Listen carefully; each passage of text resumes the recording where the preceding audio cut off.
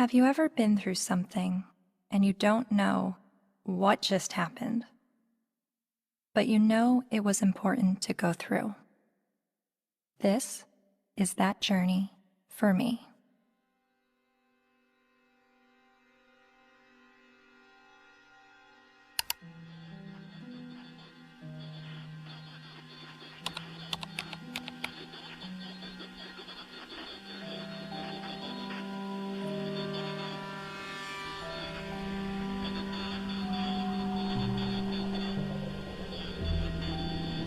Misogynist rantings would be at home in the far-reaching internet subculture widely described as the men's rights movement, a toxic distillation of the worst aspects of American sexism.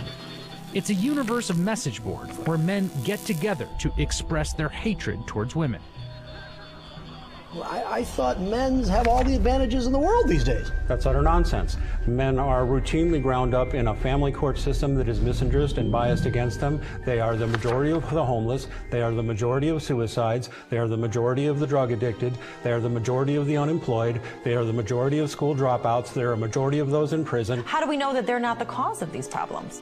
There's a reason that women live longer, Mark. Let me tell you. It is because we are stronger and we are happier at the end of the day than most men. And that is factual, and you know it. And when men are married to women who scream like you, they just want to die sooner.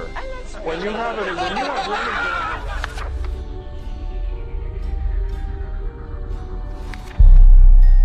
A voice for men.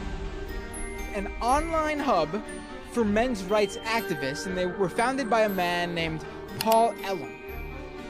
It's a website called A Voice for Men that's run by a man named Paul Elam, which is male spelled backwards, but it is his real name, apparently. It's a gathering of women haters. The Southern Poverty Law Center has classified that group and men's rights groups as hate groups. He wrote a piece declaring the month of October to be Bash a Violent Bitch Month. I mean, literally to grab them by the hair and smack their face against the wall, he wrote.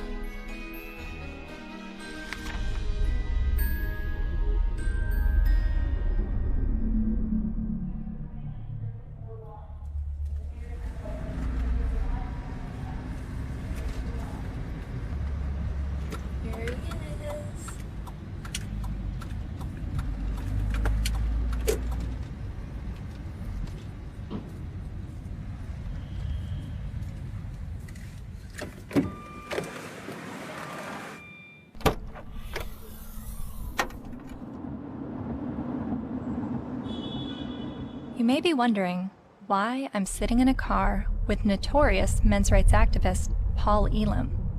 That's a valid question, and to answer it, I need to start at the beginning of how I became a feminist. I was a quiet kid preferring to observe from afar. My mom put me in theater classes when I was 8 years old to break me out of my shell, and I loved it. So much, to the point that I decided to move to Hollywood when I was 18 years old to become an actress. What I wasn't prepared for was to be pigeonholed as the blonde who always died. Billy?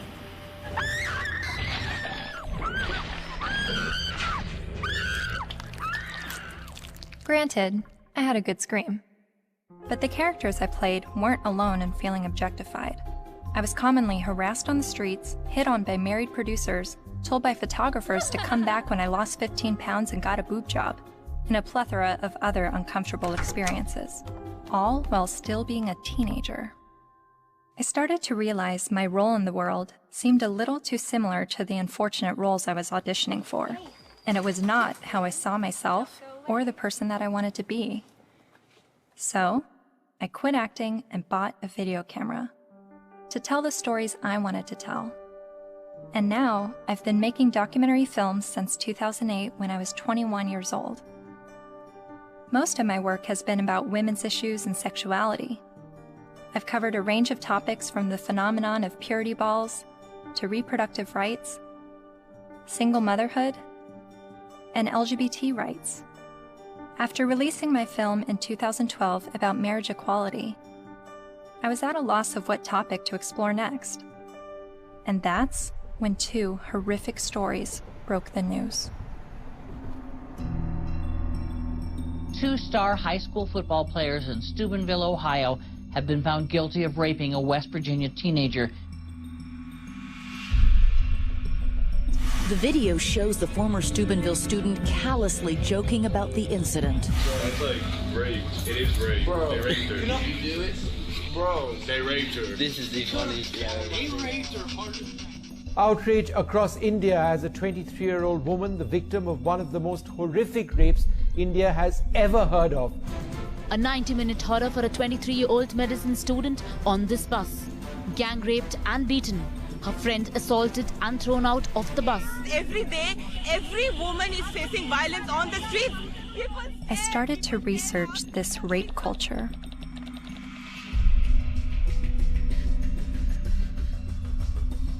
A website called A Voice for Men popped up. Paul Elam wrote about how women long to live out their rape fantasies, to be taken by a man she's never spoken to, let alone given consent to. As I read, I was asking myself, is this the rape apologist that I've been hearing about? The victim blamer who perpetuates rape culture? I continued to read A Voice for Men's website, often stopping around the halfway mark in every article because I could only read so many bitch, fuck, feminazi, and rape-tard words per minute. But even still, I kept reading, and thinking, and reading some more. I was trying to understand how these, what I perceived to be women haters, could have so many followers.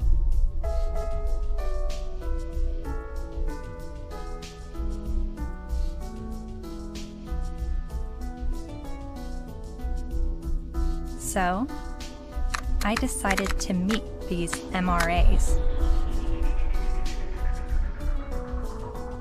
The ones leading the movement, and some of their followers too.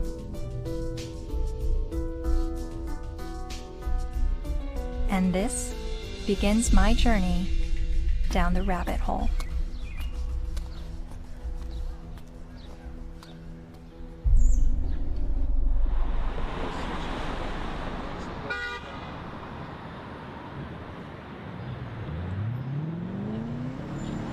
This, ladies and gentlemen, is an historic moment.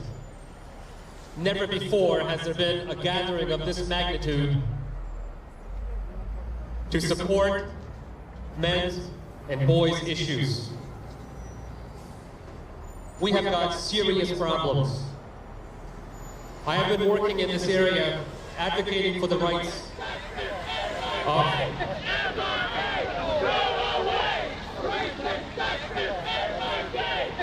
and here we go. What you'll hear is that we hate women.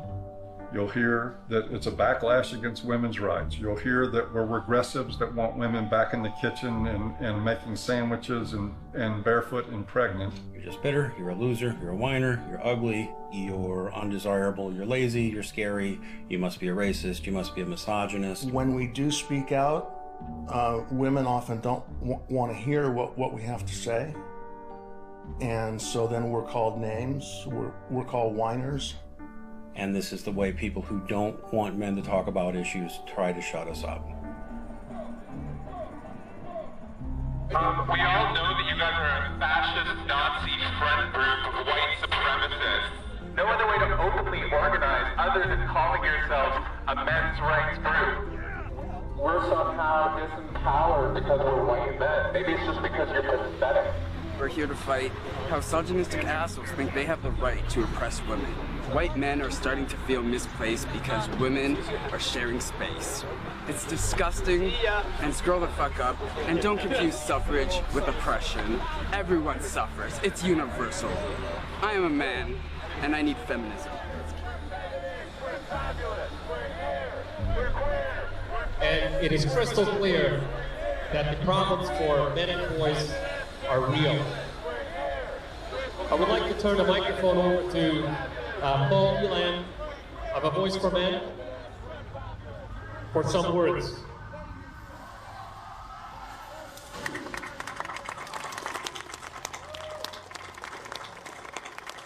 This is a historic day. I've never seen a gathering like this out of concern for the general state of affairs for men and boys in this culture. And as trying to articulate the entire platform of the men's rights movement is kind of like trying to understand a snowdrift one snowflake at a time. It's a very, very complicated matter. Just consider this, that 93% of workplace fatalities are men. 4 of 5 suicides are men. Men are dropping out of higher education at very alarming rates. We're down to 38% now of college students are men, and it's dropping rapidly. Male suicide, male abuse, male unemployment, male homelessness, male failure in education, male health issues. We've got the paternity fraud issue, the wrongful paternity issue, a false allegation issue. Men are sentenced to 63% more prison time for the same crime as women. They're less likely to see a doctor. They're less likely to have health insurance. The family court system truly is biased against men. I mean, there's just no question about it. It's really the pro-choice for women only movement, because men, they're denying men any kind of choice once a child is conceived. Her body, her choice, right? Think about men. His body, his choice, not so much. Because the U.S. government does not want to send you to die. It would rather send me to die. Young men that are failing to launch, they're staying in their homes of origin far past the time that we would normally expect them to individuate and move out and go live their lives. We have video game addiction, we have pornography addiction, we have the abuse of young boys with drugs like Ritalin to manage their behavior. Almost all victims of autism spectrum disorders are boys. Boys are most likely to be homeless, most likely to get cancer, most likely to die young and of every major cause, most likely to be arrested, prosecuted, imprisoned, and even executed while being completely innocent. It doesn't matter what their race is, it doesn't matter what their ethnicity is, it doesn't matter what their religious or non-religious views are. It doesn't matter if they're gay or straight. Men and boys are in crisis, and they need your help and they need your support, because they are human beings too. And you will not shame me or anybody here into silence about it anymore.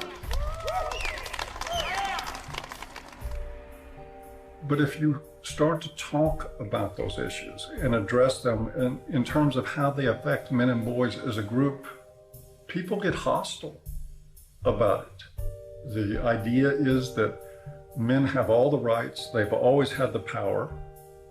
But if that's true, why can't men talk about their problems?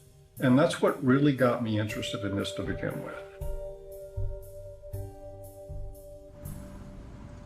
Shortly after I began filming men's rights activists, I realized my own views were being challenged.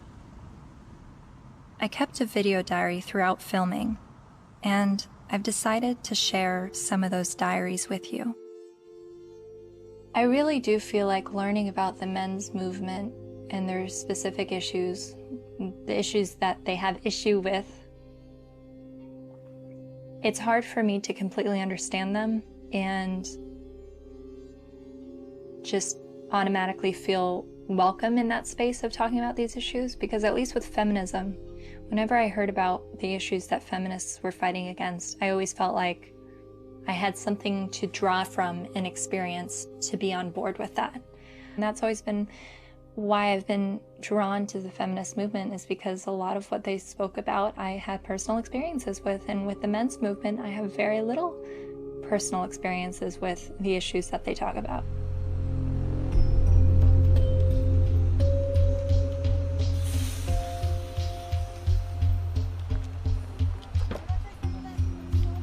A cab driver who was driving a cab 70 hours a week was not saying, I am earning this money to have power over my wife. He was earning this money even though it took power away from his life. He was doing that so his child wouldn't have to drive that cab. The garbage collector does not get up at 3 or 4 in the morning in rain and sleet and snow and get out to do the garbage so he can have more power over his wife. That's power he's losing over his life in order to make his contribution, his sacrifice, his way of loving. And this has been translated into the culture of, you make more money than women do, you must therefore have more power. Meet Warren Farrell, best-selling author and self-styled social anthropologist, leading an assault on our traditional thinking about men. I asked my girlfriend at the time to buy me as a gift, I think it was for Christmas or for my birthday, Warren Farrell's book, The Myth of Male Power, which she did. And it just changed my whole life. And his premise was, while women are often seen as sex objects, men are often seen as success objects. And this resonated with me. He wrote this book that questioned our notions of power, of who had power and where it was. And it questioned the roles of men, but not the way feminists had always questioned gender roles. Every society that survived based on its ability to train its sons to be disposable. Disposable in war as warriors, disposable in work as firefighters, as workers on oil rigs and so on, coal miners, and indirectly, therefore, disposable as dads.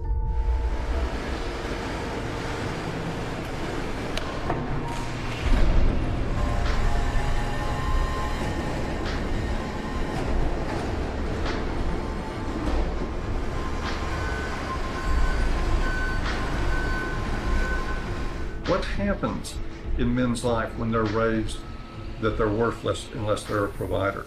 That they must work, even if they have to take on extremely dangerous work, they must get this done or they're useless as men. That is very, very powerful stuff. See, feminism did see accurately that we value male work more than we value female work. But there's also the issue that we value female life more than we value male life.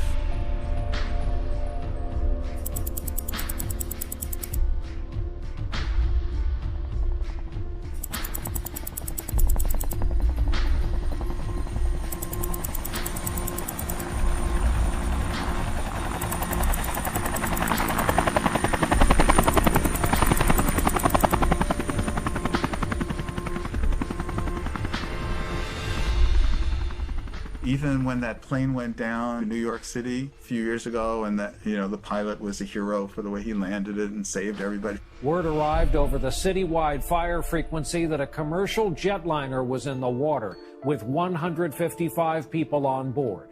Then, over the next few minutes, the doors opened, life vests were inflated, and women and children first, everyone got off that plane. They saved all the women first. That's still, when I went on a cruise, there's still women into the lifeboats first, because not because you're a man, so you should be able to swim halfway across the ocean, but because you're a man, you're expendable. We have to look at not just the glass ceilings, but also the glass cellars. And Paul, I think as you were saying, we have to look at men just not only as human doings, but also as human beings. When you survive because somebody else is willing to die, like in war, then that you are immune to the pain of the people who are dying because you have an investment in their being willing to die. You say, I will build a statue, I will remember you in a history book. But if you look at that from another perspective, that building of the statue or remembering you in a history book is a bribe to be willing to die so that I can live.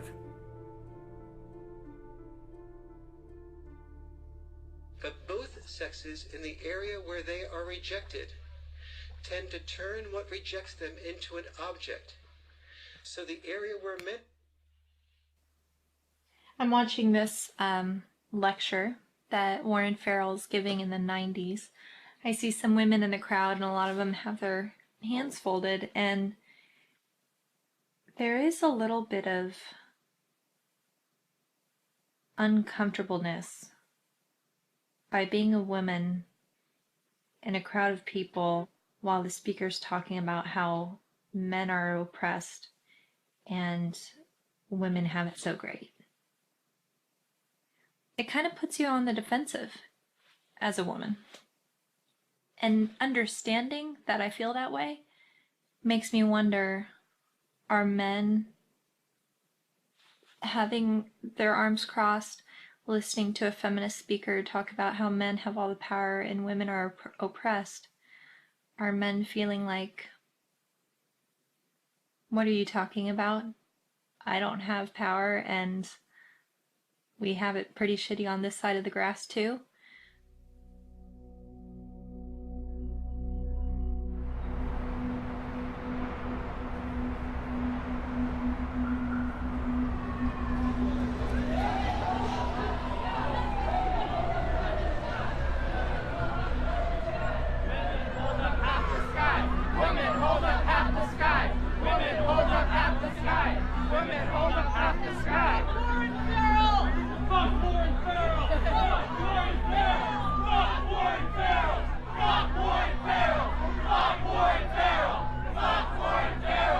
In 2012, Dr. Warren Farrell was speaking on behalf of men's issues at the University of Toronto in Canada. A feminist group protested the event. Be fucking ashamed of yourself. You're fucking scum. You are fucking scum. Fucking rape apologist, incest supporting, woman hating, fucking scum. Is there someone else that you rate? Fucking scum. Yeah, just another. I just want to listen to someone else's opinion. I'm not even on a side here. I just listen to as many people as I can. You know what though? Why would you pay money to fucking support a fucking rape apologist if you weren't fucking one? I never heard him say anything that was. Well, it's fucking scum. Who do you serve? Who do you protect? Who do you serve? Who do you serve? You're fucking scum. Fuck you. Raise your side of me. All cops are bastard. You're real fucking scum.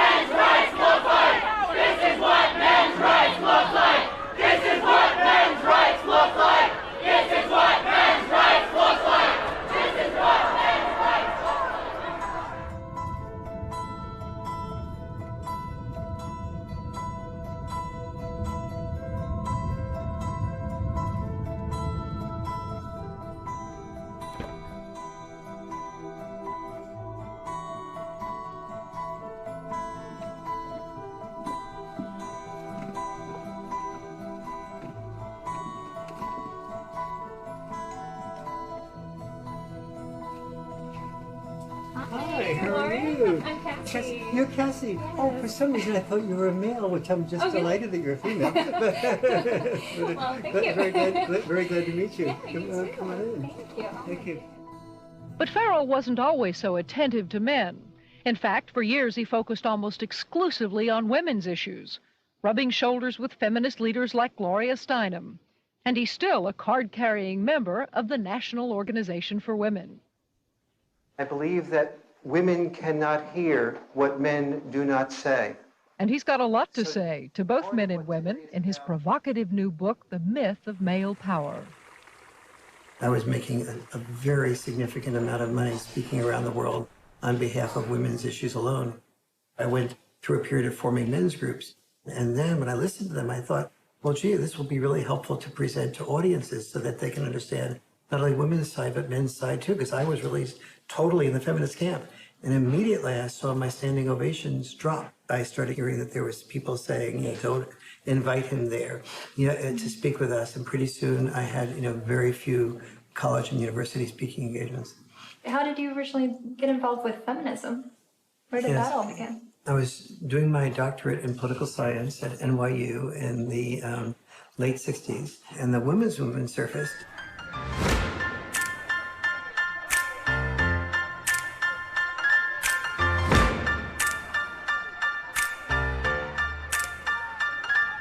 And I started to say, this is the most exciting thing I've ever heard, because I'd heard of civil rights, gay rights, But suddenly, women were saying, I don't want to be confined to just being a homemaker or a secretary.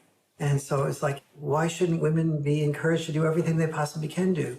And at that point in time, I saw a lot of women marrying men that they weren't completely in love with, but the man earned a fair amount.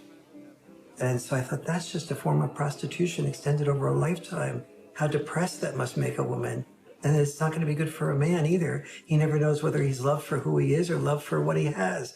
And he's afraid to give up producing because he's afraid to lose love. And so women who were successful to me appeared to be women who would free men from having to be all, wrapped up in just being the only breadwinner and supporting 1, 2, 3, 4, 5 people, which, it's one thing to support yourself. When you're supporting 5 people, you don't have the freedom to question your boss because you're supporting 5 people. The first issue of feminism was to say, just because I'm a woman, maybe I don't want to spend my life raising children. Don't force me into that role against my will. So they looked at men and said, well, you're not forced to raise children. You don't have any issue. But for men, the traditional sex role was not raising children. For us, the traditional sex role was to be a provider, a protector, and to initiate relationships. Each of us has traditional sex roles. Don't force us to carry out those traditional sex roles. We have the same rules set up for men that they've always lived by, that you need to protect and provide at any cost. But we've changed everything where it concerns women. They now have access to everything men have always had access to education, to work, to whatever they want to do. But they're not the ones driving the semis. And they're not the ones in the coal mines. You don't hear the National Organization for Women complaining that there is just not enough female ditch diggers. It is still men carrying the lion's share for what it takes to operate and maintain this society. And it is still the expectation that if somebody's going to go down with the ship, it's going to be men.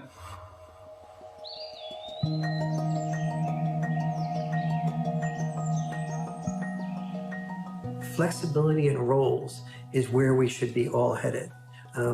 Any men's rights activist that I would support the portions of the women's movement that is encouraging women to have more flexibility in roles. So where do the men's movement and feminism disagree?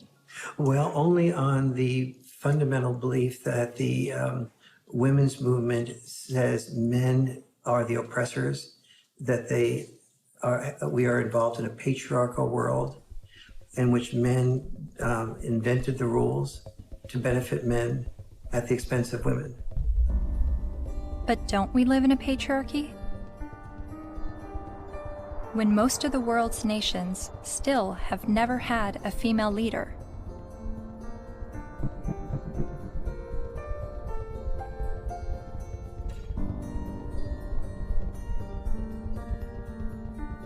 And less than 5% of CEOs of Fortune 500 companies are women. You have to look at this in a larger perspective. Patriarchy is the result of gender roles and not the vice versa. Traditionally, women's power and responsibility has been in the reproductive sphere, while men's power and responsibility was in the productive sphere. You have to reproduce to continue the species, and you have to produce to feed people so that they can reproduce. So, it's like they work together.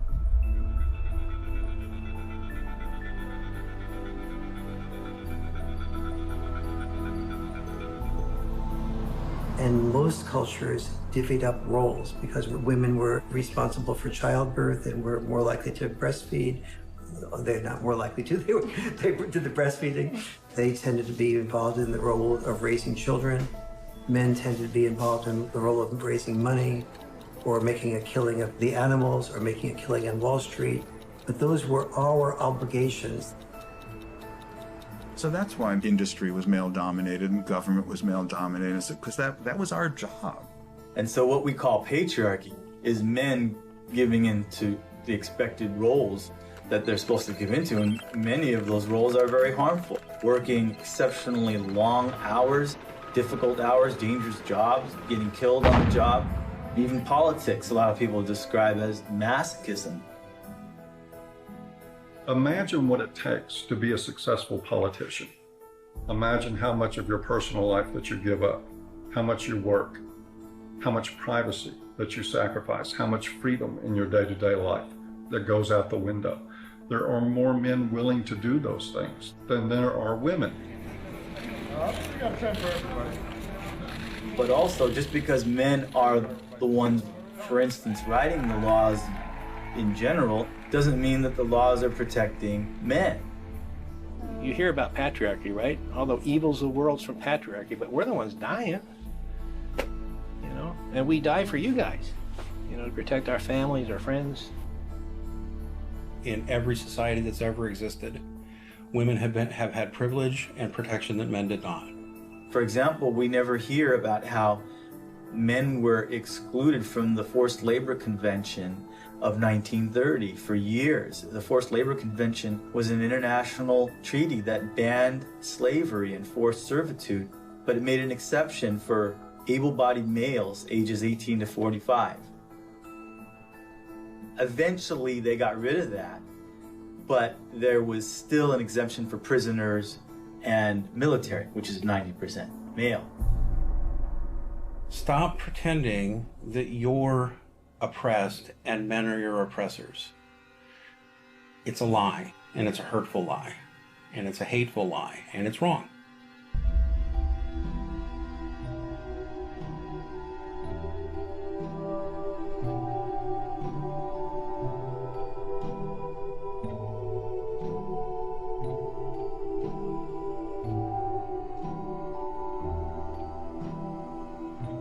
You talk a lot about the red pill in A Voice for Men. What is the red pill? Oh, it's sort of a cultural slogan. It comes from the movie The Matrix, where the character Neo is given the choice between a red pill and a blue pill. You take the red pill, you stay in Wonderland, and I show you how deep the rabbit hole goes. And if he swallows the red pill, the scales will be peeled back from his eyes. He will see everything that he hasn't been able to see. And if he takes the blue pill, he'll just go back to sleep and live in his sort of unaware, semi-comatose state forever and probably be a lot happier. It's a pretty apt analogy. So what is the blue pill in this world? Well, the blue pill is the paradigm that most people live by, that men have all the power, that they've always had all the power, that domestic violence is a problem that's committed by men against women only, that sexual assaults are only committed by men against women, that women don't make the same money for the same work as men. Teach men not to rape. Only men can stop rape. Men commit domestic violence. We need to stop violence against women instead of just stopping violence. That is feminist training. The MRAs say that we live in a blue pill world where women are victims, men are perpetrators, and it's all a lie. And that we're brainwashed to believe this, and that it's not true, and that men are slaves in this world, and women are... I don't think women are necessarily the puppet masters, but I think they're saying that women have the easy way out, and men are, they're given medals and statues and written in the history books to justify them dying and being slaves to work or being used to progress societies.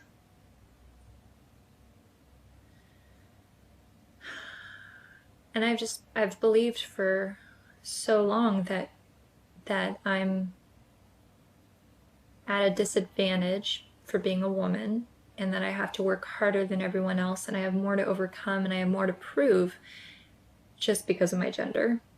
But the MRAs are saying that this is all a lie, and that guys are actually the ones that are disadvantaged and discriminated against. And actually, the more I learn from him, the more I think thank God I wasn't born a guy. Because I don't think that the expectations on men is good or healthy. I mean, they have so much pressure to succeed and to be strong and to stand up and protect others and to put their lives on the line. I don't think I would want that responsibility. But, you know, 50 years ago, no, I wouldn't have wanted to be a woman. But now, I mean, maybe just it's right now that the tides are changing and women are have the better deal. Well, no, I don't know.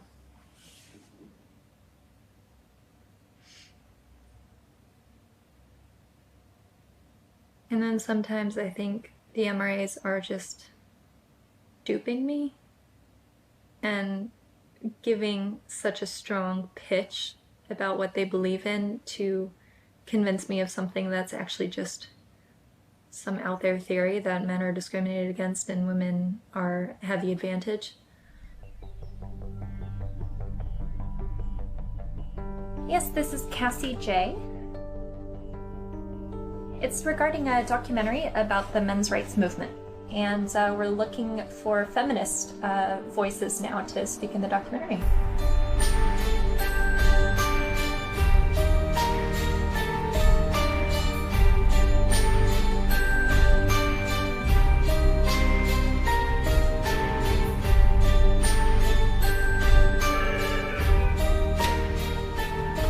Feminist majority.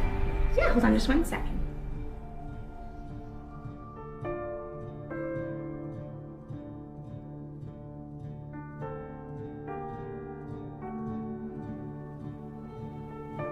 So I realized, okay, I need to bring some feminists into the mix, make sure that we have that side spoken for. I was researching rape culture, and so that's how I stumbled across a website called voiceformen.com. So some of the people that we've already interviewed on the MRA side is Paul Elam with A Voice for Men. Yeah. Are you familiar with him? Oh, I'm familiar with them. I've never met him. Yeah. Obviously, they've spent a significant amount of time and energy denouncing me, so I figured I might as well have a look at what they say. Yeah, really, the men's rights movement is part of the backlash. The backlash? To feminism. The men's rights movement really got going as women began to make gains, and some men have felt threatened by the opportunities that have been opened up to women. And I don't know if it's because some of them feel threatened that they now have to compete with a lot more people for their jobs. They now can't get into the best schools if a woman or a girl has better grades. Think about it. Grandfather's generation probably had it pretty well, right? All of his needs, his shirts were ironed, all of that was always taken care of. Well, you know, grow up. Realize the world has changed. And as much as the MRAs would like things to go back to the way they were, and use the argument that women have an advantage now, no person looking at the data can possibly say women have an advantage. We're just beginning to get a level playing field here. It's not tilted in our favor, I can tell you that. And they know it. They know it. But it's the constant distortion of the data. It's the spinning of a situation to make it look like women are somehow getting ahead, getting an advantage they don't deserve. It's part of the backlash. Political organizing comes from a feeling of victimization, which is why the men's rights movement makes that claim that men are the victims of discrimination. But it doesn't have much traction because, you know, you look around and it's hard to see it. We don't have movements called, you know, straight liberation. You know, the question I would pose rhetorically is the men's rights movement really the gender version of the white nationalist movement? Because there are plenty of white people who say that they are the victims of reverse discrimination. So of course it's not going to have very much traction. You can't really organize the people who are superordinate.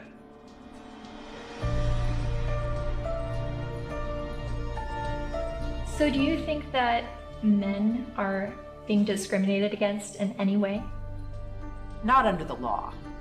Men are not disadvantaged under our laws. Or in the business world, as a class, men are not underrepresented on corporate boards or at the top of the Fortune 1000 companies. In the corporate world, in the business world, in a lot of parts of academia, in the military, in the sports world, still pretty much a male-dominated world, and where a lot of the privileges and power and status accrue to men. Men are advantaged over women, no question. No one can debate that. Not with a serious, not in any seriousness.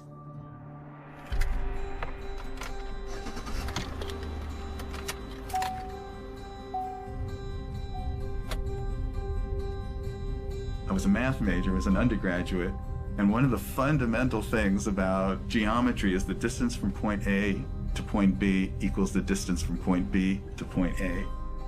And if women are so different from men that men can't understand the female experience, we need to listen to women to describe it, then the male experience is so different from the female experience that you can't understand it. You need to listen to us. You can't really compare how men and women have suffered from sexism. Because there's no way to quantify, that kind of suffering.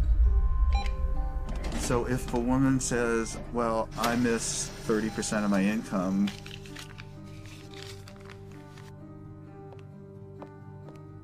more than you miss 6 years of life,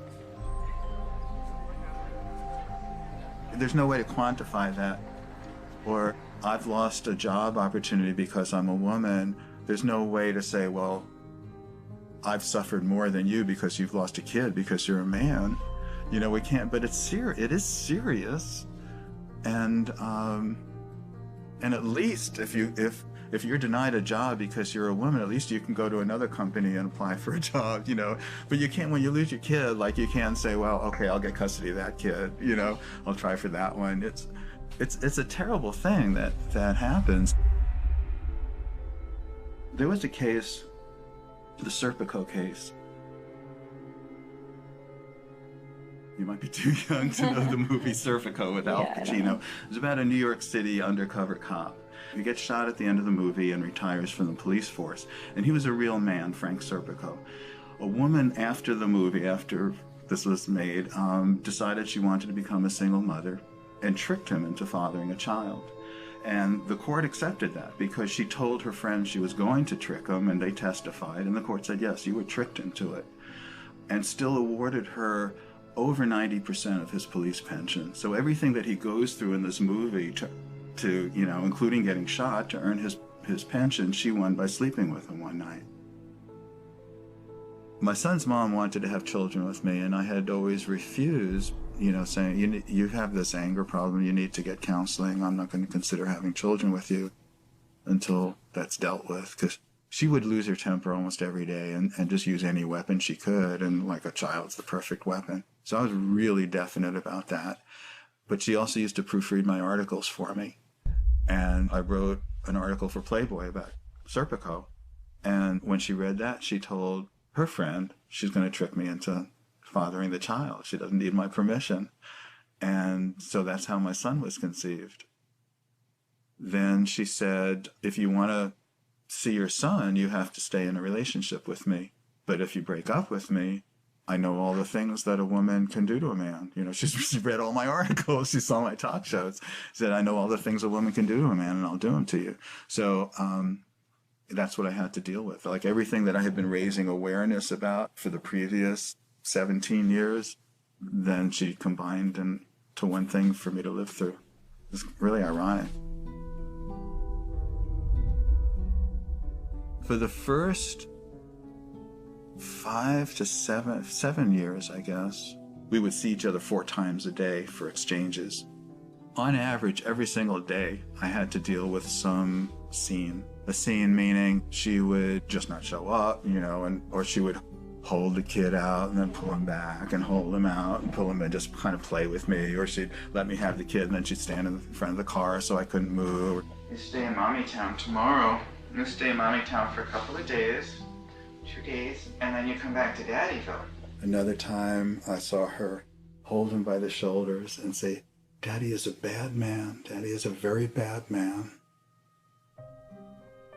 And so he had to go through this long custody battle, and the decisions that they would make, you would just go, wow, there couldn't be any explanation. You know, either they're absolute idiots or it's biased. There's just no other explanation for it. One other thing, his mom is obese and wanted him to be obese for various reasons. One thing is so he would identify more with her side of the family than mine, because we're all thin. Another was so that he would enjoy being with her more, because when he was at my house, he had to get activity, you know, and eat well-balanced meals and get his sleep and stuff. And at her house, they would bake brownies and stay up late and just watch TV. And so where would you, if you're a little kid, you know, where would you enjoy being more? But he self-reported to the mediator how upset he was about being obese, that the worst thing in school was when kids called him fatty, and how he cried. And his physician said that he's really concerned medically. And then what I did, he was at an age where he would imitate things that I would do. You know, I gave him a broken shaver, so when I shaved, he would pretend to shave. And what I did was I started weighing myself every morning and writing down my weight, the date and the weight. And I taught him how to read a scale. So he kept his own records. So I had 6 months worth of statistics to show consistently that every time he was with his mom for a few days, he'd come back weighing 3 or 4 pounds more, and then he'd lose it while he was with me. So they had, you know, that how much he was upset about the problem. They had his physician being upset about the problem, and they had the proof of where the problem lay. So the judge's decision was that father should no longer be allowed to weigh the child. Problem solved.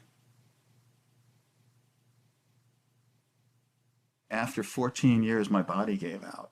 I got sicker than I've ever been. I realized I'm going to die. That's not going to do anybody good. I've got to give up the fight. And so I gave up custody. And so I don't see my son anymore. He hasn't been in my house since. So I did lose him. Just like a dream. You're like a guiding light shining in the night. Fred claims that during his 14-year custody battle, he spent the equivalent of 5 years of his gross income on legal fees, mediators, and child support payments. I was really in his life a lot longer than most fathers would have been. It's something most fathers can't afford. You are so beautiful to me.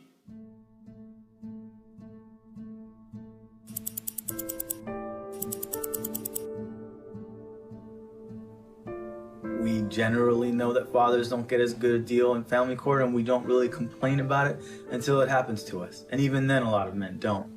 Many men's rights activists come into being men's rights activists as a result of getting a divorce, wanting to be equally involved with the children, and realizing that women have the right to children and men have to fight for children.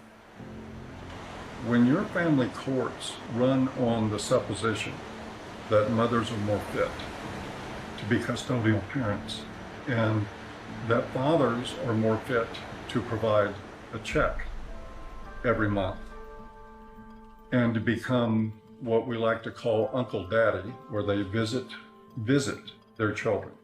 To me, that's one of the greatest obscenities in the world, the idea of visiting your own children, where you get to see them for 2 hours on Wednesday night, and you get to have them for X amount of hours every other weekend, and you have no say in how they're brought up.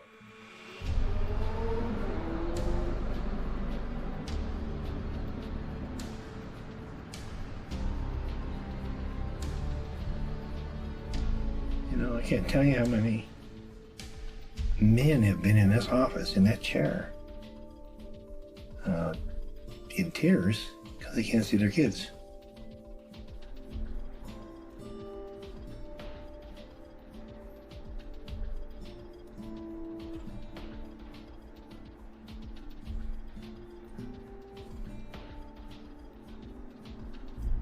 some of this stuff ends up in horrific consequences. Like this gentleman here, it's his little son. They found him dead. Not the son, but the young man. In the desert with a bullet in his head. Day before the family court, where it became known that he was going to get to see his little guy even less. And of course, he'd been falsely accused one time after another. It had destroyed his life. It had bankrupted him, it had driven him into debt. It had caused him to miss work. He was about ready to lose his job. He was in the end of his rope, so he just decided to end it. The unfairness in the family courts, the unfairness in the way child support is so often structured, it's commonplace and it's everywhere. And the more you start to become conscious of it, the more you realize that it's there.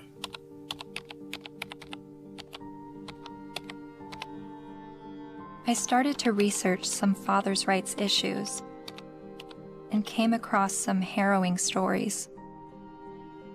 Like this man in South Carolina who found out his only daughter was adopted away by the mother without his knowledge or consent. His daughter was with an adoptive family in California, so he began his fight to get his daughter back. Adoption is for children without families, not children with a willing and capable family. And this man in Colorado who lost his daughter when the mother left the state to give birth in Utah where he wouldn't have legal rights to his child. He fought for 4 years in court and finally won visitation rights. Only visitation. I can't explain the emotion, the happiness. There's this hard fight and what this means to me. And then there's this heartbreaking story. The 20-year-old father never left her side until he was forced to give her to adoptive parents this week after Kaylee's mother decided to put her up for adoption. In order to keep Kaylee, Colby needed to file paternity action, an affidavit, and a commencement notice with Utah's Vital Records a day before the mother signed the adoption papers relinquishing her rights. But in Colby's case, the mother only gave him a few hours' notice of what she was going to do. I would like her back. Men in the men's movement are not upset about having to be fathers. They're upset because they're not allowed to be fathers. That guy blows his head out, blows his brains out. It's a family court? And people don't think there's something wrong with that? And we just open the doors tomorrow for business as usual, and that's okay?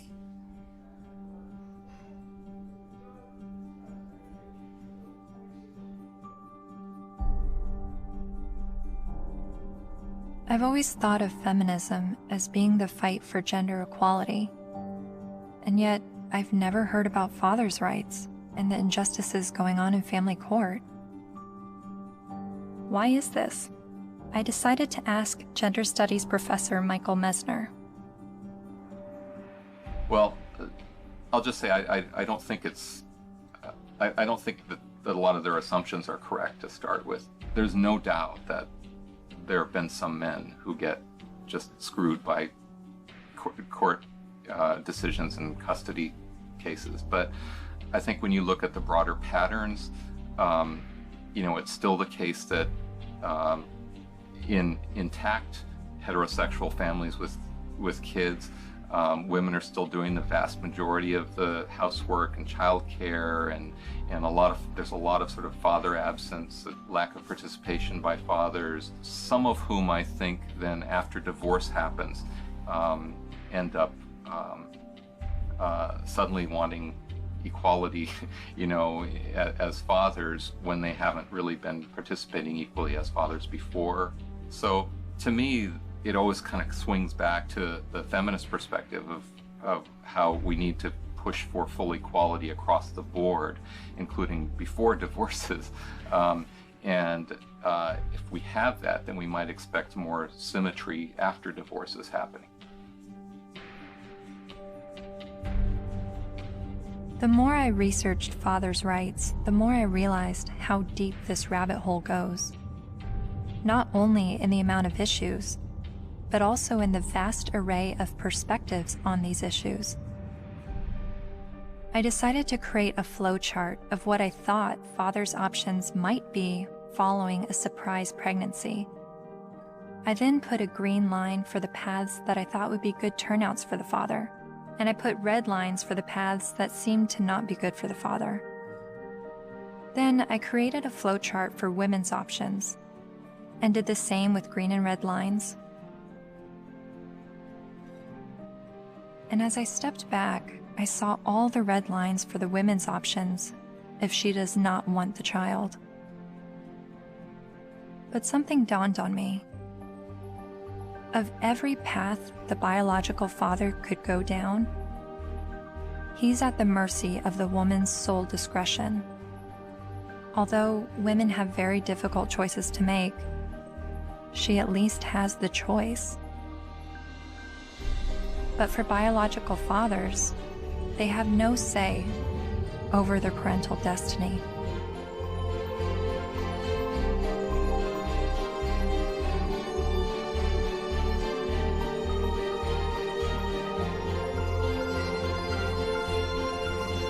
This is my friend Dara. She's 8 months pregnant with her first child, and she's a lifelong feminist. It seems from MRIs, from what I've read, that women seem to have more reproductive rights than men do. I don't know what to say, like, we carry children, they're never gonna carry children, it's just a different thing. So I guess, as much as possible, take the steps to prevent yourself being in that situation. It's just, I don't know what to say. There's no, there's nothing like a woman, you know, women have been blamed for, and still are, for, you know, unwanted pregnancies, choosing to have an abortion, not choosing to have an abortion, choosing to put their child up for adoption, when, you know, the burden lies on a single mother. If the man leaves, there's really, you know, societally, she's lambasted. So there's a lot of things that women deal with in that regard that men don't actually deal with. So I can have compassion for their situation, but I don't know that it's going to change in the way they want it to, because it's biology, you know? So if you're going to be having sex that could result in pregnancy, and you haven't had this conversation with the woman that you're having sex with, you better have it. You better have it fast. That's when the man has the ability to make decisions, either not to engage in sex or to use condoms and to use other forms of contraception. So that's where his role comes in. Once he's impregnated her, she's the one now faced with continuing a pregnancy, faced with the health risks that accompany pregnancy. So his rights have to be exercised early. But once she's pregnant, all decisions must be hers, because ultimately she is the most impacted. There's just no question, and she ultimately has the responsibility for that child.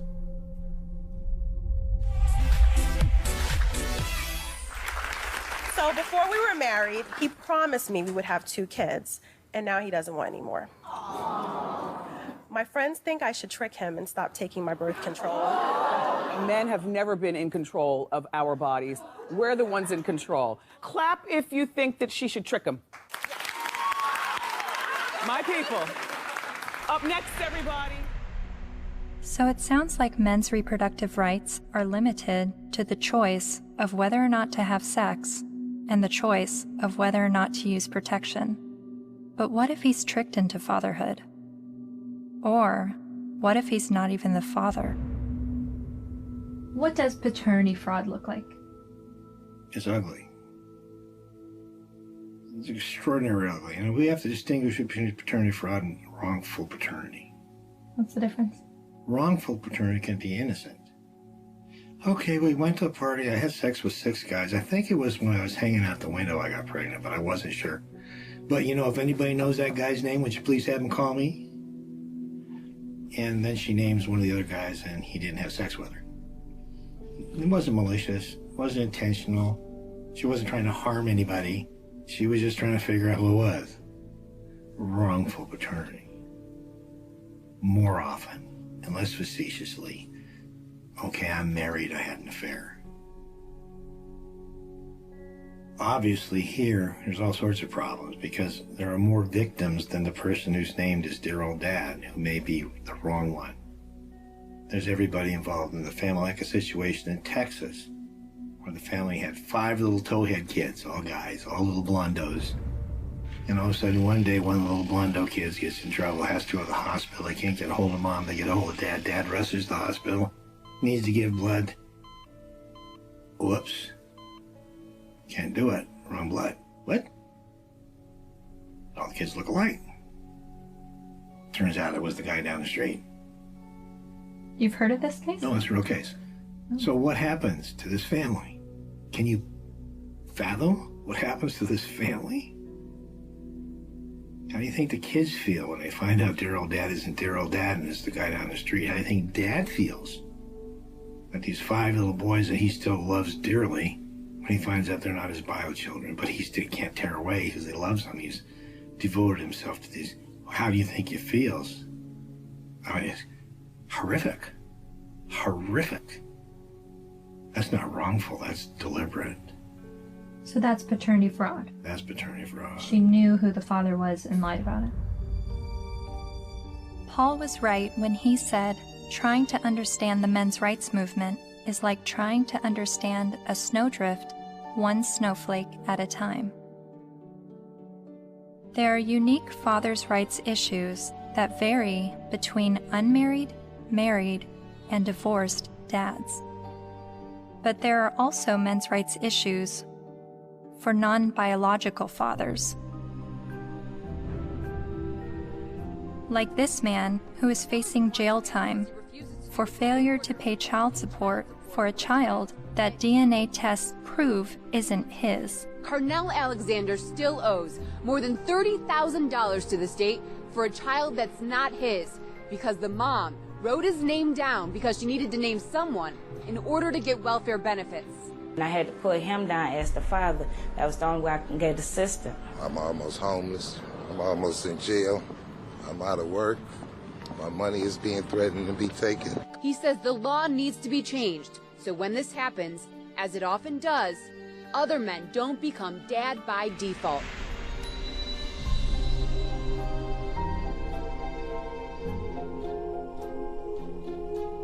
A lot of times people wonder about MRIs, why are you guys so angry? And my answer to that is, why aren't you? How can anybody look at this and not be angered by it? And the only answer to that I've ever been able to come up with is that people aren't angry because they don't see men as human beings.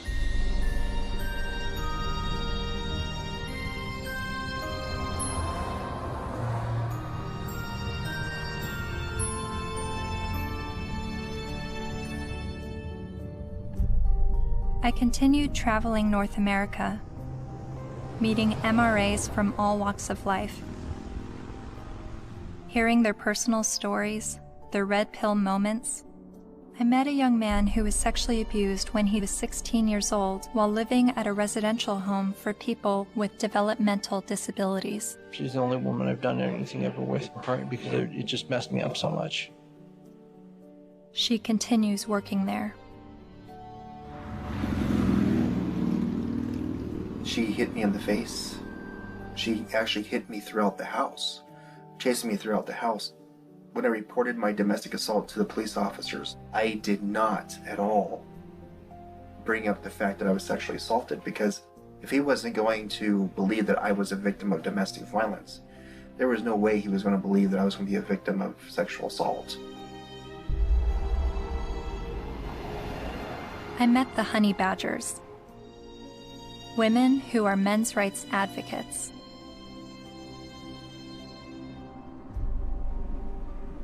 And then there was a 15-year-old boy, there was a 35-year-old woman, and then later on she came out of jail and she was able to collect child support from this boy that she raped. Yeah. After getting out of jail. So there's lack of fairness for men in the court systems. When police officers would show up to domestic violence case, there was often men were just taken away without asking what even happened. It's just presumed that men are the criminals. I was assaulted several times, and I never got any help. I went to the police still bleeding a couple of times. And one police officer said, I'll never forget this. He said, if she starts hitting you again, you better get out of there fast, because if she just breaks a fingernail trying to hit you, we'll arrest you. I mean, I can't tell you at this point how many guys I've talked to who are like, yeah, you know, she stabbed me and they put me in jail. Not only are there endless studies that show women are just as violent as men are, when I would talk about it, invariably, men would start coming out of the woodwork with stories. Stories they were afraid to tell, stories that they got laughed at for, stories that they got blamed for. It's hideous. This is not flattering to men, to talk about men's vulnerabilities. No. To talk about the ways that they are not strong and that they are, well, weak. And to be honest about it, it's not flattering.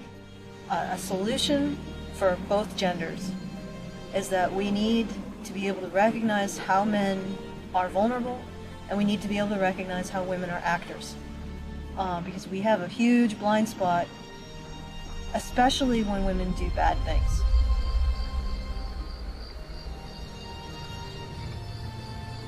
My best friend that I grew up with since kindergarten was being physically abused by his wife, who he'd been married to for 20 years. She'll break glass and throw it at him, punch him. I've seen it just happen spontaneously, and it was frequent. And he's bigger than her, but he didn't want to hit her. And he didn't want the children, they had 3 minor children, he didn't want them seeing this at all. So he would usually just go outside, because there would be glass breaking or things being smashed or yelling, and he knew that the neighbors might think it's him. So he would go outside so the neighbors can see what's happening. Eventually I said, look, you need professional help, and so does she, and maybe the kids do too. So I called a bunch of domestic violence shelters. I just looked around online and I called, but every place that I called said, we don't help men. We don't help male men at all. And I started becoming curious about why that was, because I learned that these were state-funded shelters. And I know that men pay at least half of the taxes that fund these shelters if they're state-funded, and I just was wondering why. So basically, there was no place to take him, and it just continued. The problem just kept going.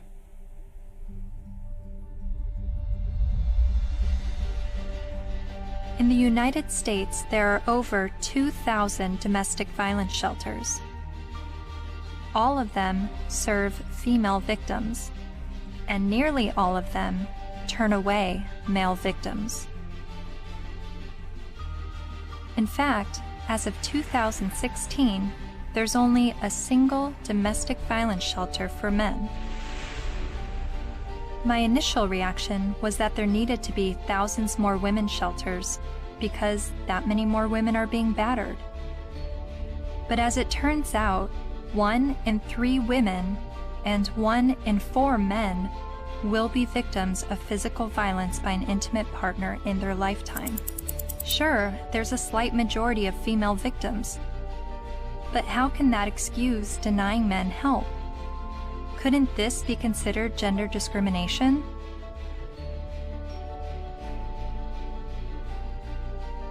Think of it this way. Roughly 78% of all suicides are men. If suicide prevention services only served men, wouldn't we see the gender discrimination immediately?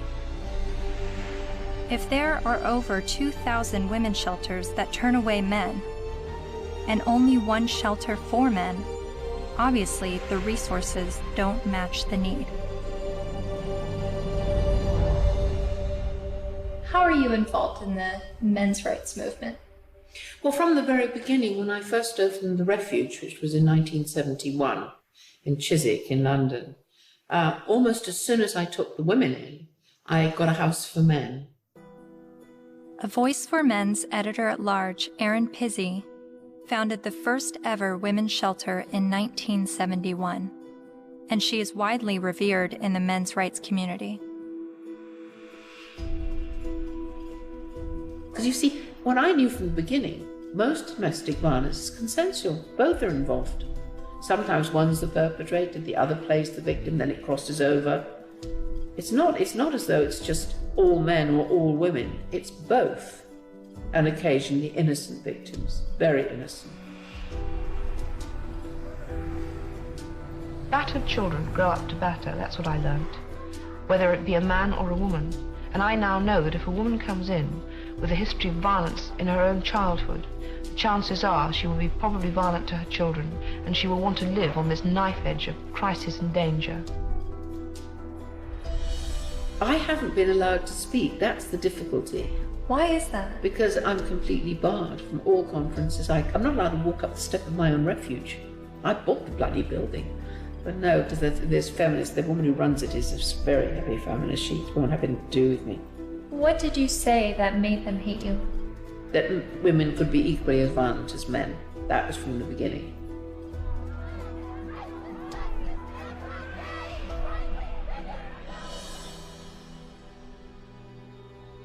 Erin Pizzey says that 62 of the first 100 women to enter her refuge were just as violent as the men they left, and violent towards their children. But there's levels of violence, isn't there? I do not affect that I'm violent. Well, I'm violent. So am I. You know, I'm very violent. Well, And yet- verbally, and you know, I could quite easily hit somebody. You know, very, very easily. And I've had an argument. But the feminists I've met have an entirely different take on domestic violence.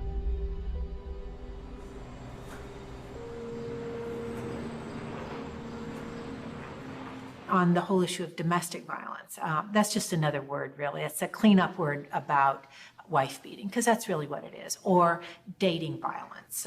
And it's not girls that are beating up on boys, it's boys that are beating up on girls and using violence to intimidate and to control. And we have very few what's called domestic violence shelters, which are places that women can leave their home with their children and get a new start, get out of the violence.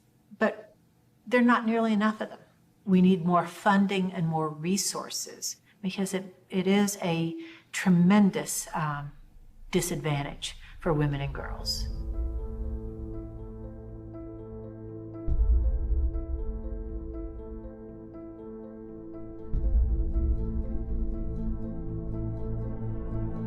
In 2014, the CDC released a report revealing that over 5.4 million men and 4.7 million women had been victims of intimate partner physical violence within the previous 12 months.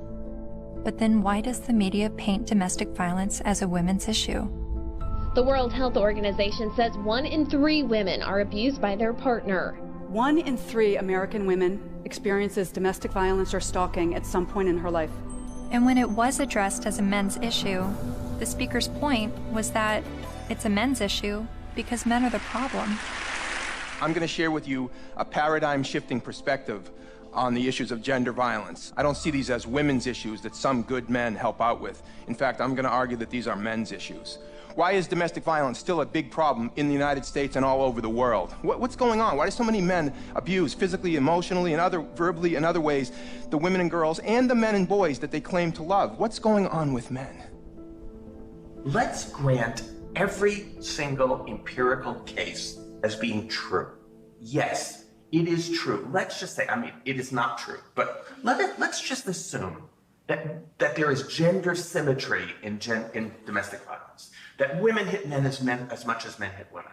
If I were to say that, I would say, and therefore we need boatloads more funding for domestic violence to develop shelters and adequate interventions, because there's this hidden epidemic of men who are being beaten up by women.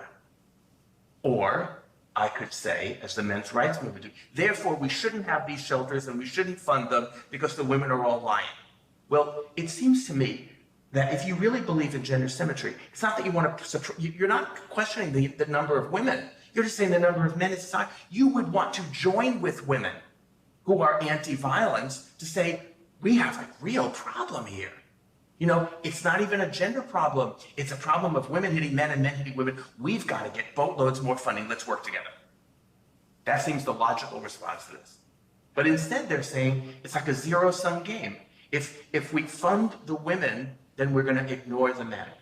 Well, we're not going to ignore the women because we all agree that the levels are as high as we say. But it does sound like a zero-sum game when only women are receiving services in domestic violence situations.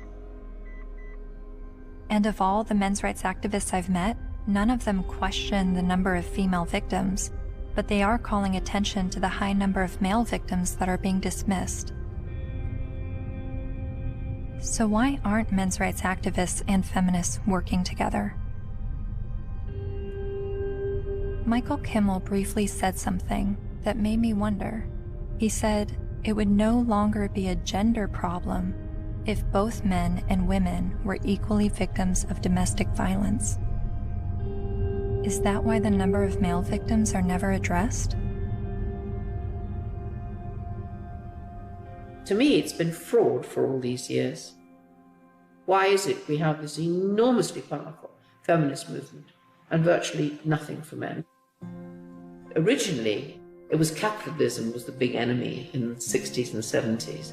And it was the radical feminists in America. They moved the goalposts. They said, no, it's no longer capitalism's the enemy. The enemy is patriarchy. All men.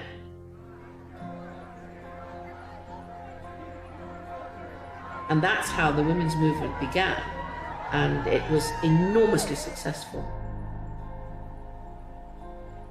The new mood in the refuges was going to be that no men could work in refuges and can't today. They can't sit on the boards.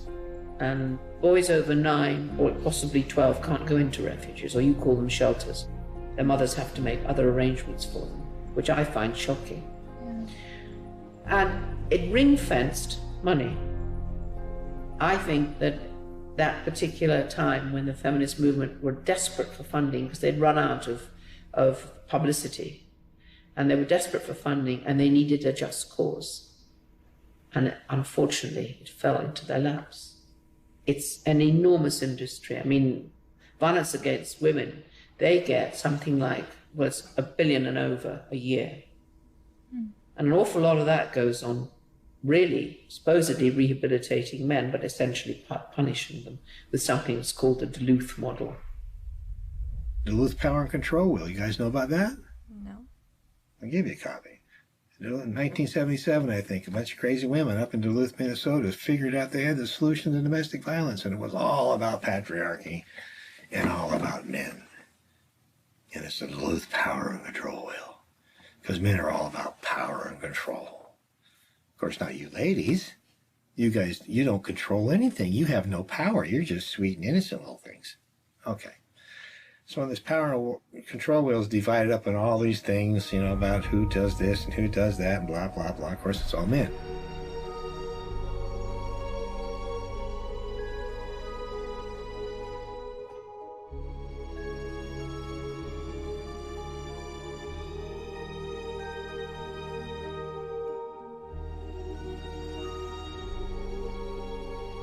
The entire domestic violence industry was founded on that. I think it's still 37 or 32 states in the United States that by law they have to use the Duluth model for battery intervention programs, and it's all shame, blame, and guilt driven. If you're a man and you walk in, you must admit you did it up front or you're in denial. There's no debate, there's no discussion, there's no possibility that you could be falsely accused. The criminal justice system could have made a mistake. None whatsoever. You are in a state of denial, and you will complete that course or you're going to go to jail. You will be re-engineered. That's frightening. Frightening? Yes, that's frightening. I think it's terrifying. Absolutely terrifying.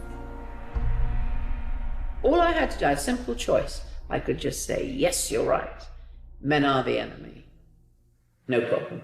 But I couldn't. I absolutely couldn't.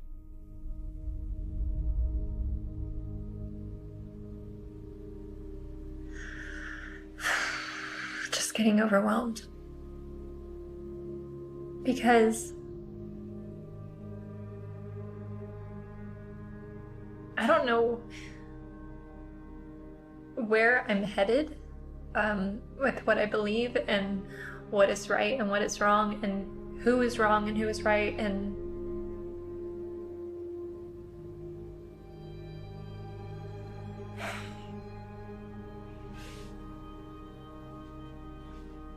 the truth is somewhere in the middle, and that's why I'm feeling frustrated, because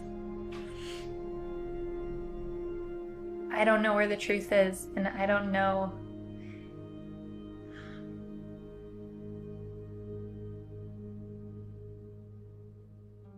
When I decided to make a film on the men's rights movement, I never anticipated questioning my feminist views.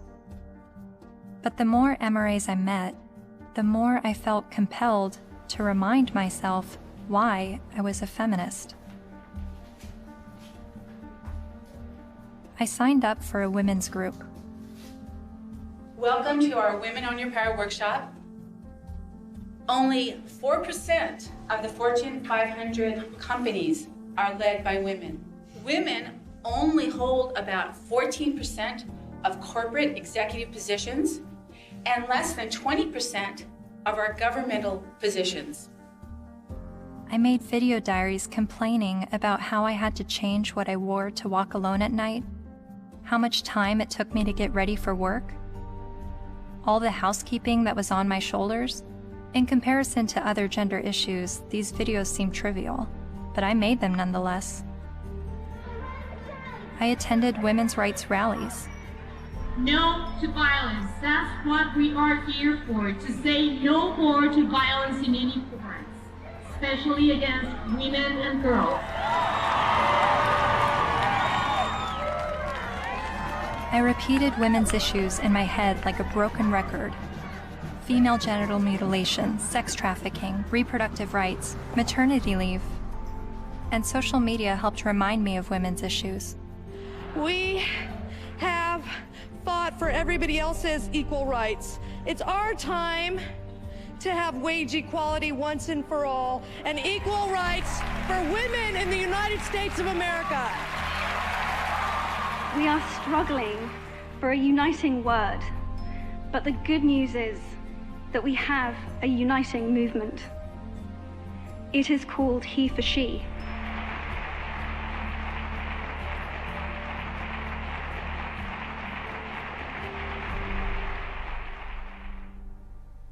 Whenever I hear the MRA's point of view about how difficult it is for them, I immediately go to, well, what about us? What is it like for us? And then I get on the defensive and want to make sure that women's struggles are also heard. And I don't know if that's necessary, because the MRAs are saying that the feminist perspective is the mainstream perspective. But even when I hear their issues, I still want to speak up for the women, because I feel like, I don't know why I feel like talking about one gender's issues now neglects the other. And I guess that's what MRAs have been dealing with, is always hearing about women's issues and feeling like their issues are neglected. But whenever I hear them talk about men's issues, I feel like I need to stand up for women and say, this is what we're dealing with, an equal opposite.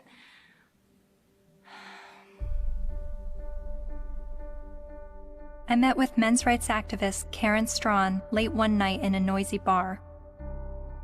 She became well known for her YouTube videos talking about male disposability and other men's rights issues. And she's a honey badger.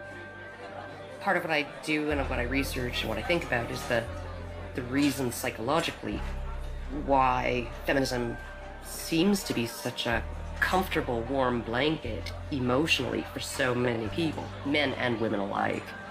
And it's so comfortable that it will make them not see things that are right in front of their face. Look at Boko Haram. Hundreds of young girls, fast asleep in their beds, are awakened by the sound of gunfire. Armed attackers have stormed their boarding school and set fire to dozens of buildings. Nearly 300 of them are dragged from their dorm, loaded onto trucks, and carried away deep into the forest. From New York to London rallied yesterday demanding that the terrorist group Boko Haram bring back our girls. It just gets to the core of you, This unconscionable act was committed by a terrorist group determined to keep these girls from getting an education. And what happened in Nigeria was not an isolated incident. It is a story we see every day as girls around the world risk their lives to pursue their ambitions. I mean, you must have heard about that, right? That's being spun as a fundamentalist Islamic group that is so determined to be misogynistic and oppress girls that they want to deny girls an education.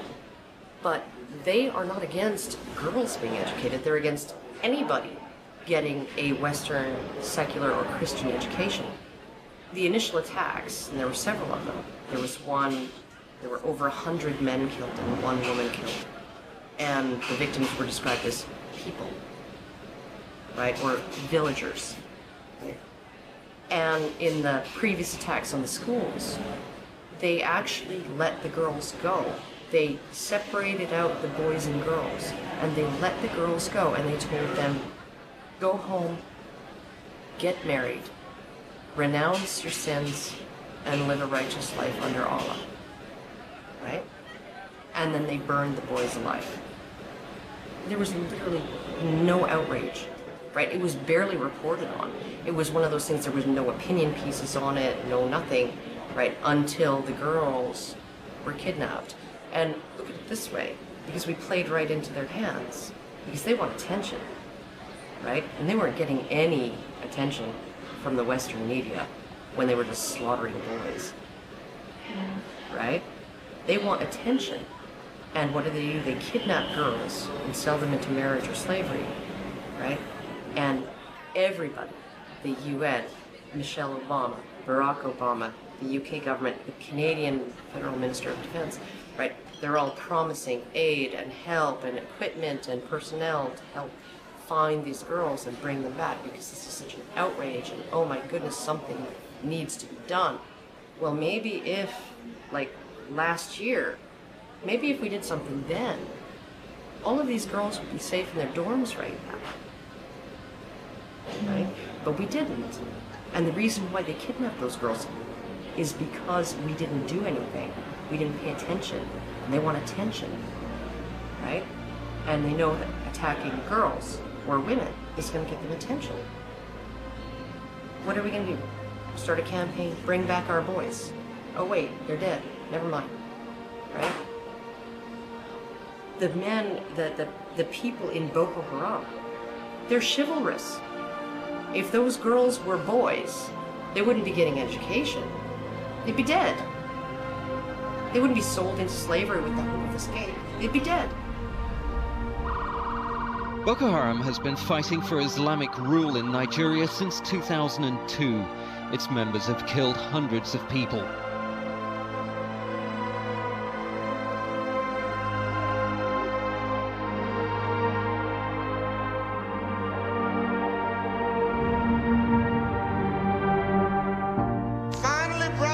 At least 69 dead, although some reports put the number at about 150 and scores more injured. For that day when we shall lay down our burden and study war no more. Finally, brethren, after a while, the battle will be over. For that day when we shall lay down our burden and study war no more. Finally, brethren, after a while, the battle will be over. For that day when we shall lay down our burden and study war no more. Finally, brethren, after a while, the battle will be over. For that day when we shall lay down our burden and study war no more. Finally, brethren, after a while, the battle will be over.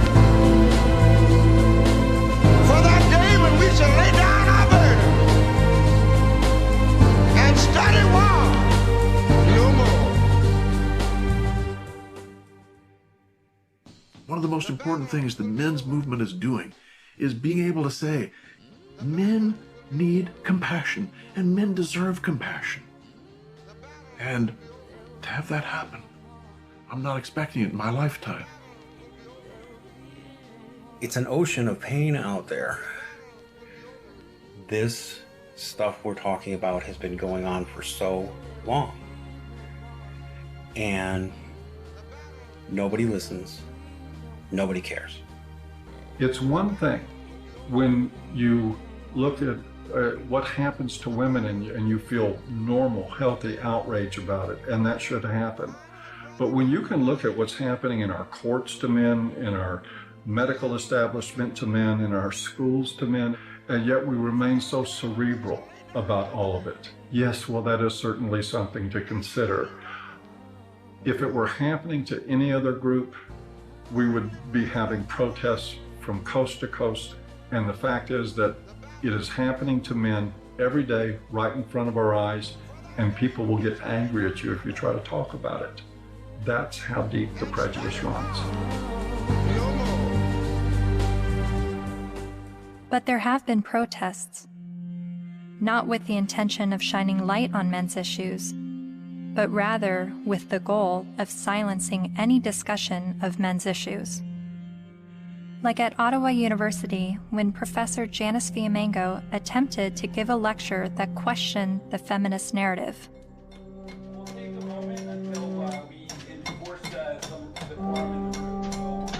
So you think this is a victory? Yeah, why are you so frightened of hearing an opinion different from your own? Then there was the first international conference on men's issues in Michigan, where even Ms. Magazine urged its readers to protest the conference in hopes of shutting it down.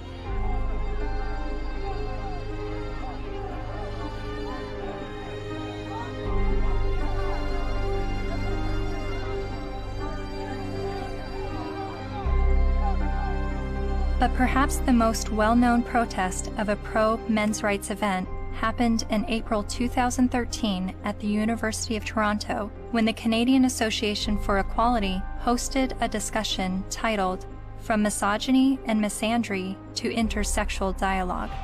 About in my 20s, when I went to Columbia to study art history, and that was in '68, and that was the height of the epidemic.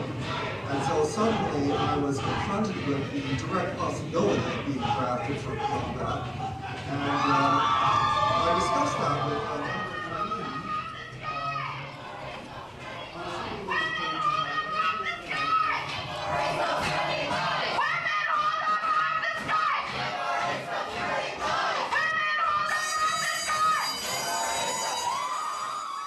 a feminist group protesting the event illegally pulled the fire alarm and successfully shut down the event.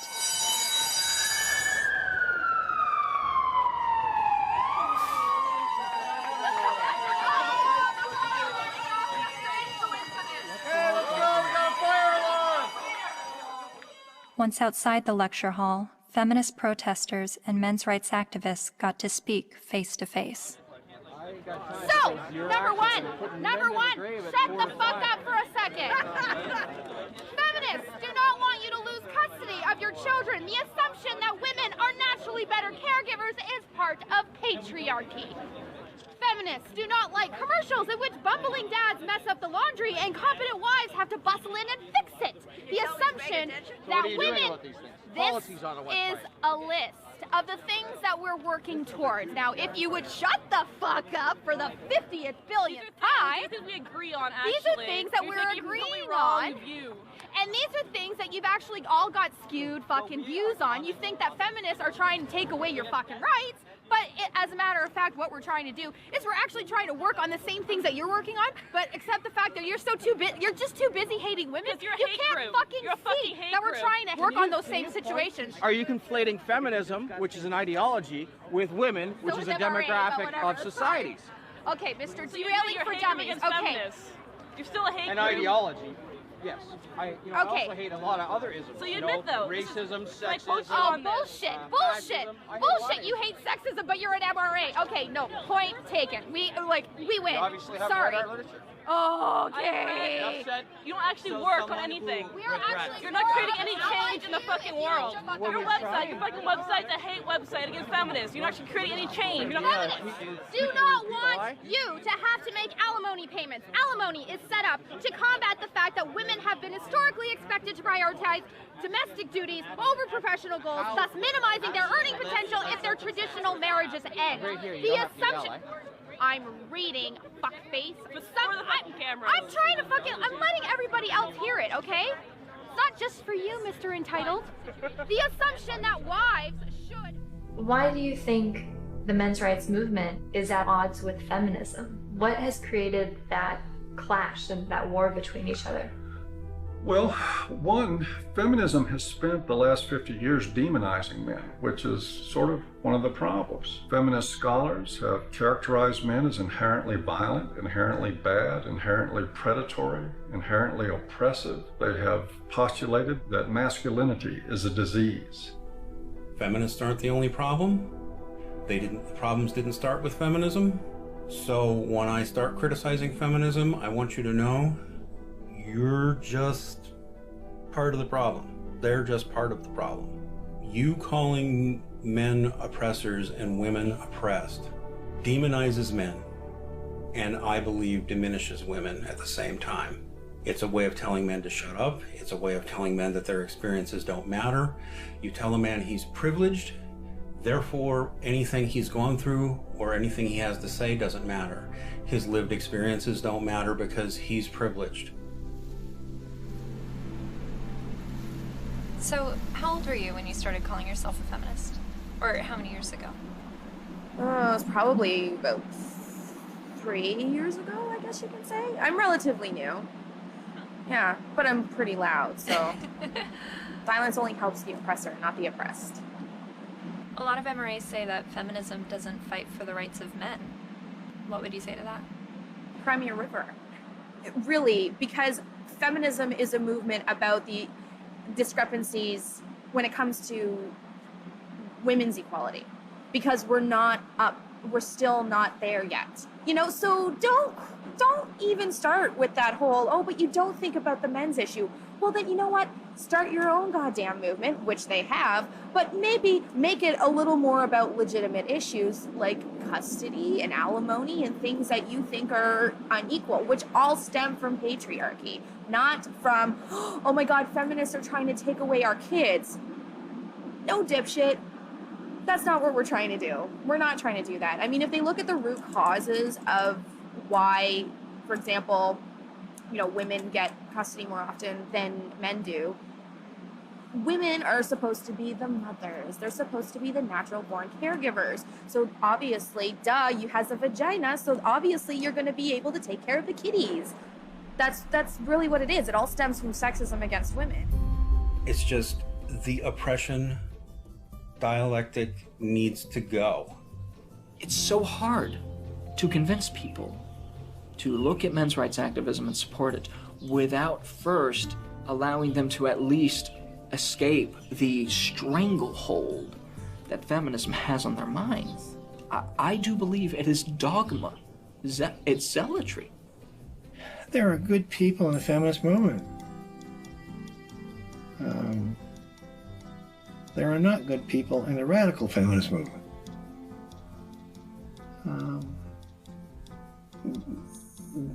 That system is based on hate.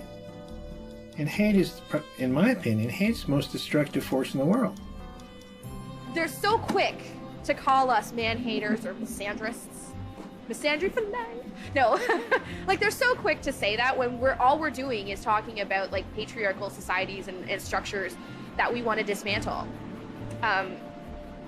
Nothing against men in particular, but just saying, hey, this is a system that we live in, and this puts men above women, and it's not necessarily their fault, but hey, recognize what's happening here, and let's work together to dismantle it. The omnipotent, ever-present patriarchy. The invisible force that directs all of our lives, right? And causes all oppression and all suffering, right? Our devil. And the beautiful, wonderful force for justice, feminism, the way. It's the way. It sounds like religion. It sounds like religion. And oh my goodness, for a movement that's only about equality and isn't blaming of men. They name the force for evil after men and the force for justice after women. And this being a movement is very, very, very concerned about the implications of language. So concerned that if you call a firefighter a fireman, it will discourage little girls from aspiring to be firefighters. And sometimes discourage grown women from aspiring to be firefighters, right? By calling them firemen. But we can call the force for all oppression, we can call that essentially men, patriarchy, right? And we can call the force for good and justice women. And that kind of language, that has no implications. We're not blaming men. We just named everything bad after them. They're really angry, and they're angry at women, they're angry at feminist women, but yes, men have gotten a crappy deal. But it's not the fault of women or gay people. When feminism says that they have no part in any of this, I think they're not being honest about it. I don't blame feminism for all of it, but I think they've had a role in it. They've written laws that discriminate against men. They fought to protect those laws, particularly in domestic violence areas. And for many, many years, second wave feminism would go through the statutes and change everything that was gender specific to something gender neutral, unless it was something that benefited women, like the domestic violence laws. They didn't change those. Other types of areas like fathers in prison, there's statutes that specifically give mothers certain benefits that fathers in prison don't have. And I challenged that as well legally, but we didn't win on that one. When I wanted to get a commission on men, like the county has a commission on women, the feminists fought that tooth and nail. When Prop 209 was before the California voters, which was to end affirmative action, every feminist organization opposed it. Every time men's rights groups try to pass joint custody legislation, feminist groups fight them. They fought us on paternity fraud. The biggest opposition that I have faced has been from the radical feminists that said, we don't want truth to be the standard, because if we did, they wouldn't oppose automatic DNA testing at birth.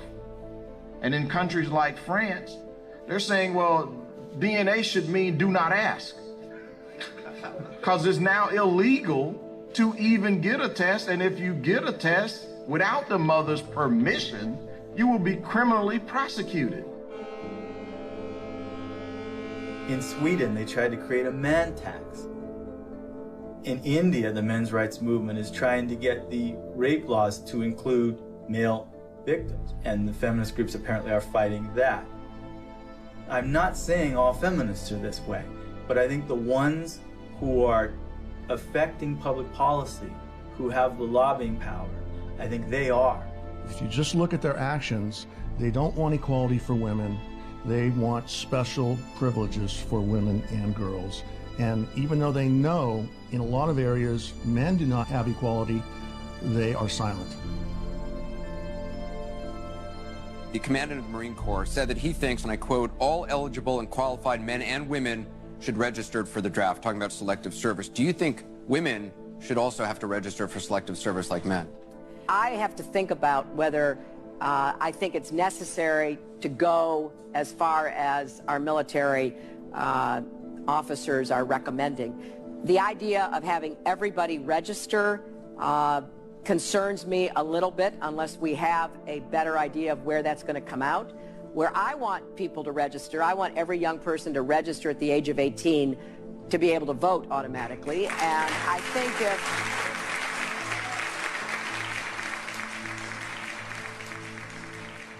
what's the motivation? People don't ask, what's the motivation? Do we need a men's rights movement? No, we need common sense. You know, but if there's going to be this women's movement, and this is the movement that's going to do all these things, then maybe we need a counterbalance. Something called a men's rights movement or a men's movement. But I hate to see either one of them. I think it's a shame. I think it's destructive.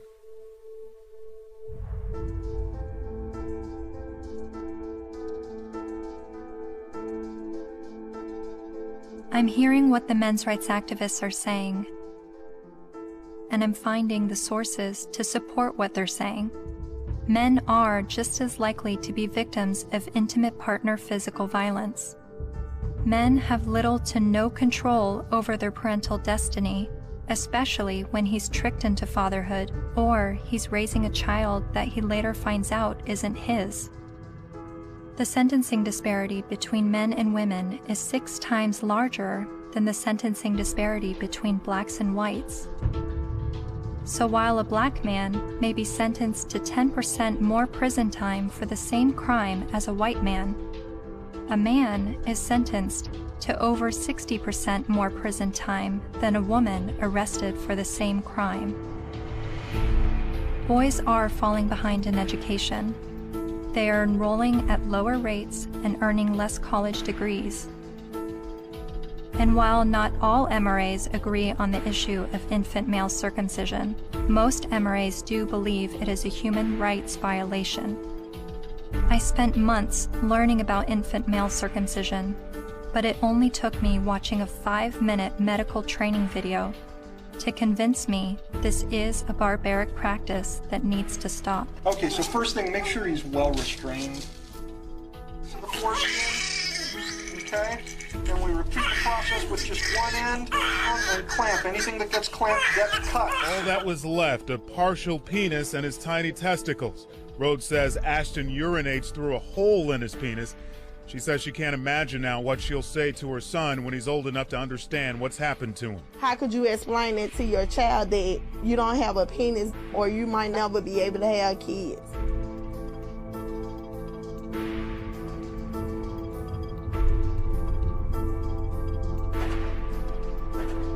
Yes, men are the majority of workplace deaths and injuries, war deaths, suicides. They have a shorter life expectancy. Warren Farrell makes the argument that prostate cancer and breast cancer mortality rates are similar, but funding disproportionately supports breast cancer research and awareness over prostate cancer. The red pill is about looking at these issues in an honest way, even when it's uncomfortable.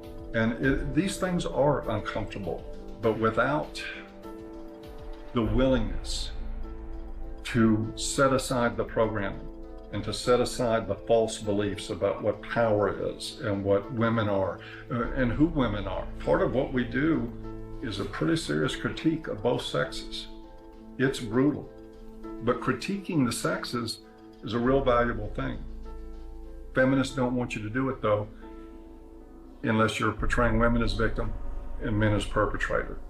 The red pill is about understanding that men and women, like everything else in life, it's a mixed bag. You've got victims and perpetrators on both sides of the fence.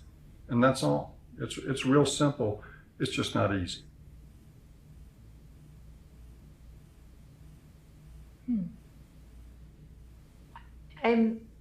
I think I agree with everything you said, but there's still some kind of unsettling doubt, and I don't know where that's coming from.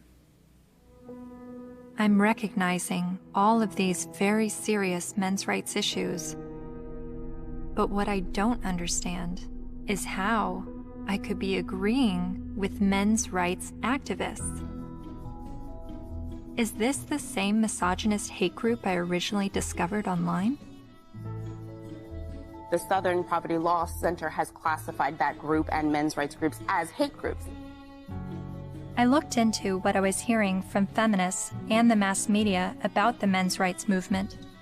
I've read a lot and I've heard a lot that the men's rights movement has been labeled a hate group by the Southern Poverty Law Center. Is that correct? That's not quite true.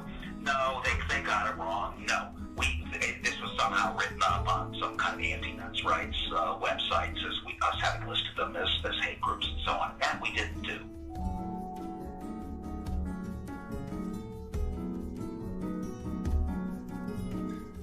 He wrote a piece declaring the month of October to be Bash a Violent Bitch Month. Jesus. I mean, literally to grab them by the hair and smack their face against the wall, he wrote. I then discovered that Paul Elam's famous Bash a Violent Bitch article was written in response to this article by Jezebel called, "Have You Ever Beat Up a Boyfriend? 'Cause, we have."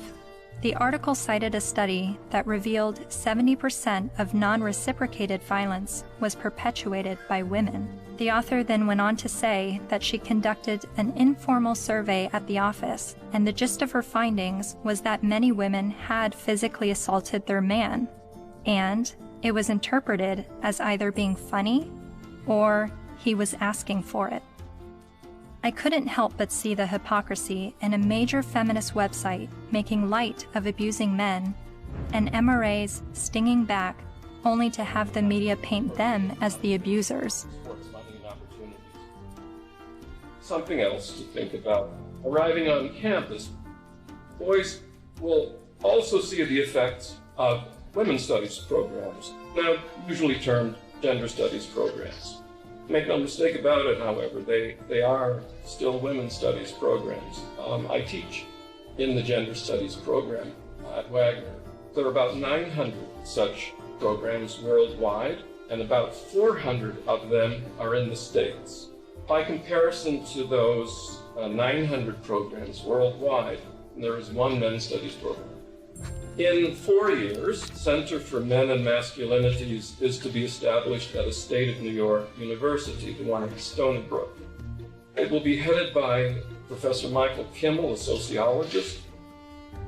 Its advisors will include, probably among the advisors are funders as well, the actress and fitness expert Jane Fonda, Gloria Steinem, and Eve Ensler, the author of Vagina Monologues.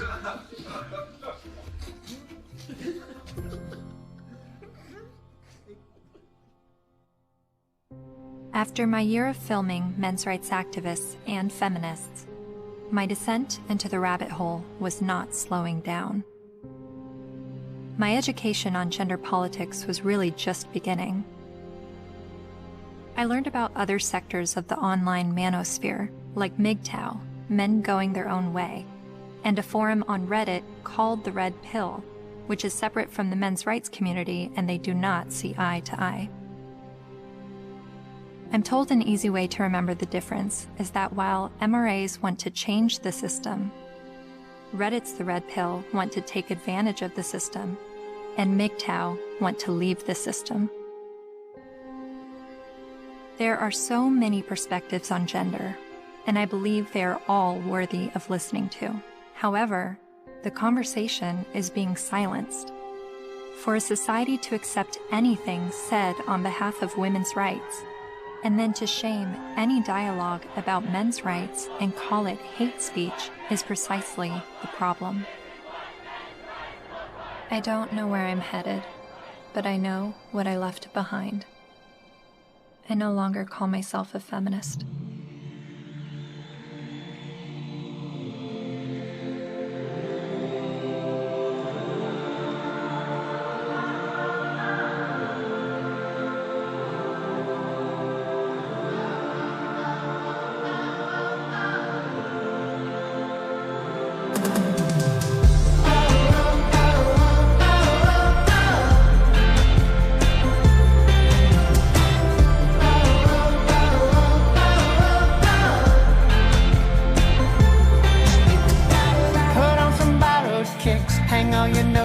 Up. It's never what it is. Wisdom is asking what. There is another side, down where the rabbit lives. My world will blow your mind. Just have a look at it.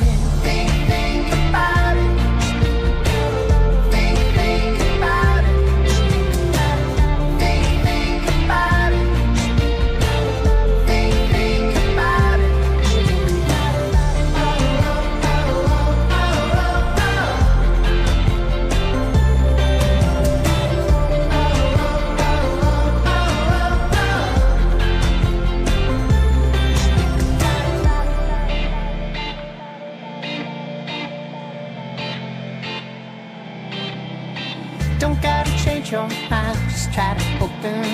I'll let you use my eyes, see what I'm dealing with. People with different stories, divided by different categories and reasons why.